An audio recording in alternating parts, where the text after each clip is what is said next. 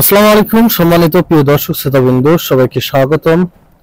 প্রিয় দর্শক শ্রোতাবৃন্দ, আজকে চলে এসেছি যশোর জেলার জিগুরগাছার ঐতিহ্যবাহী সেই মিছিদা গ্রামের খুব সুন্দর একটা পেঁপে বাগানে। তো আজকে দেখতে পাচ্ছেন যে পেঁপে গাছের কি কি পরিচর্যা করলে সব থেকে ভালো হয় বা কোন সময় এই পেঁপে গাছের পরিচর্যা করলে গাছের ফলন খুব দ্রুত চলে আসে বা কি কি সার আপনারা ব্যবহার করবেন সেই বিষয় নিয়ে আজকে কথা বলবো। তো প্রিয় দর্শক শ্রোতাবৃন্দ, আপনারা এখানে দেখতে পাচ্ছেন আজকে আমাদের সামনে মোস্তফা হুজুর তার পেঁপে বাগান কিভাবে কি পদ্ধতিতে পরিচর্যা করছে বা কিভাবে পরিচর্যা করছে সে বিষয় নিয়ে দেখতে পাচ্ছেন আজকে কথা বলছি।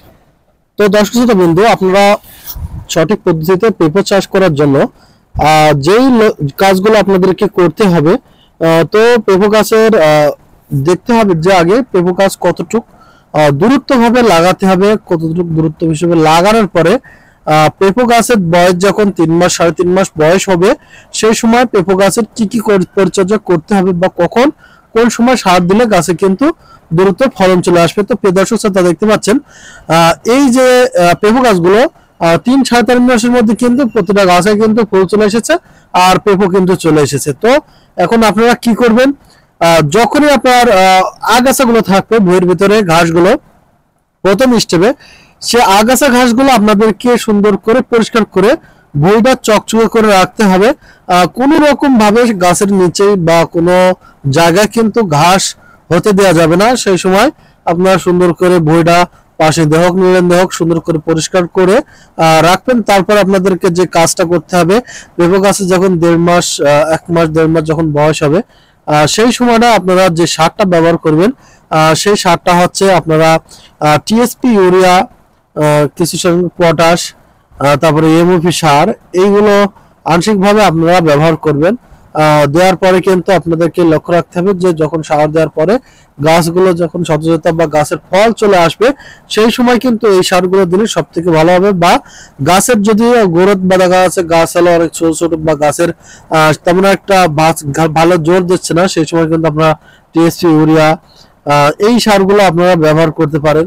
আর যে সাদা মাছির যে স্প্রে গুলো আছে আমার নেক্সট ভিডিও কিন্তু দেওয়া আছে, যে সাদা মাছির জন্য কি কি স্প্রে করবেন, কি কি তেল দেবেন সেগুলো নিয়ে কিন্তু কথা বলা আছে। তো দর্শক শ্রোতাবৃন্দ, যখন গাছে ফলন চলে আসবে তখন কিন্তু আপনাদের পাশটি দিয়ে সুন্দর করে কিন্তু মাটির গুলো হলো সুন্দর করে মানে মাটিগুলো ঝুরঝুর করে পাশ দিয়ে টেনে দিতে হবে। দেওয়াল দিলে কি হবে, গাছের কিন্তু জোর বা উর্বরতা কিন্তু বিশাল পরিমাণ সুন্দর থাকবে আর গাছের ফল কিন্তু দ্রুত চলে আসবে। এগুলো অবশ্যই আমাদের খেয়াল করতে হবে দর্শক শ্রোতাবৃন্দ। এখানে দেখতে পাচ্ছেন যে বর্ষার সময় বিশেষ করে এখন যে সিজনটা, এই সিজনটা কিন্তু প্রচুর পরিমাণ বর্ষা হচ্ছে।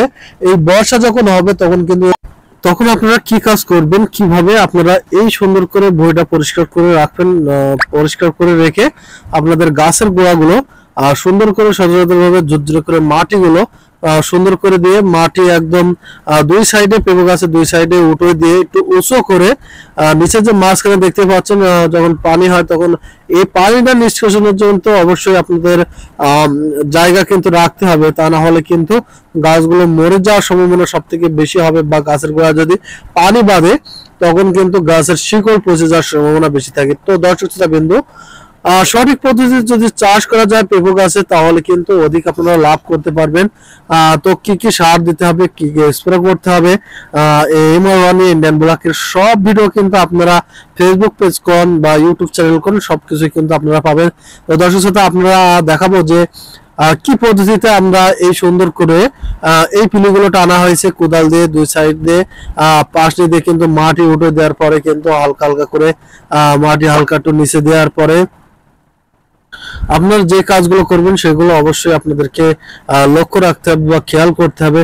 দর্শক শ্রোতাবৃন্দ, সঠিক পদ্ধতি বা সঠিক নিয়মে যদি চাষ করতে পারেন তাহলে কিন্তু আপনারা অধিক লাভবান হতে পারবেন। বা সঠিক পদ্ধতিতে পেঁপে চাষ করলে ব্যাপক পরিমাণ এখন লাভ।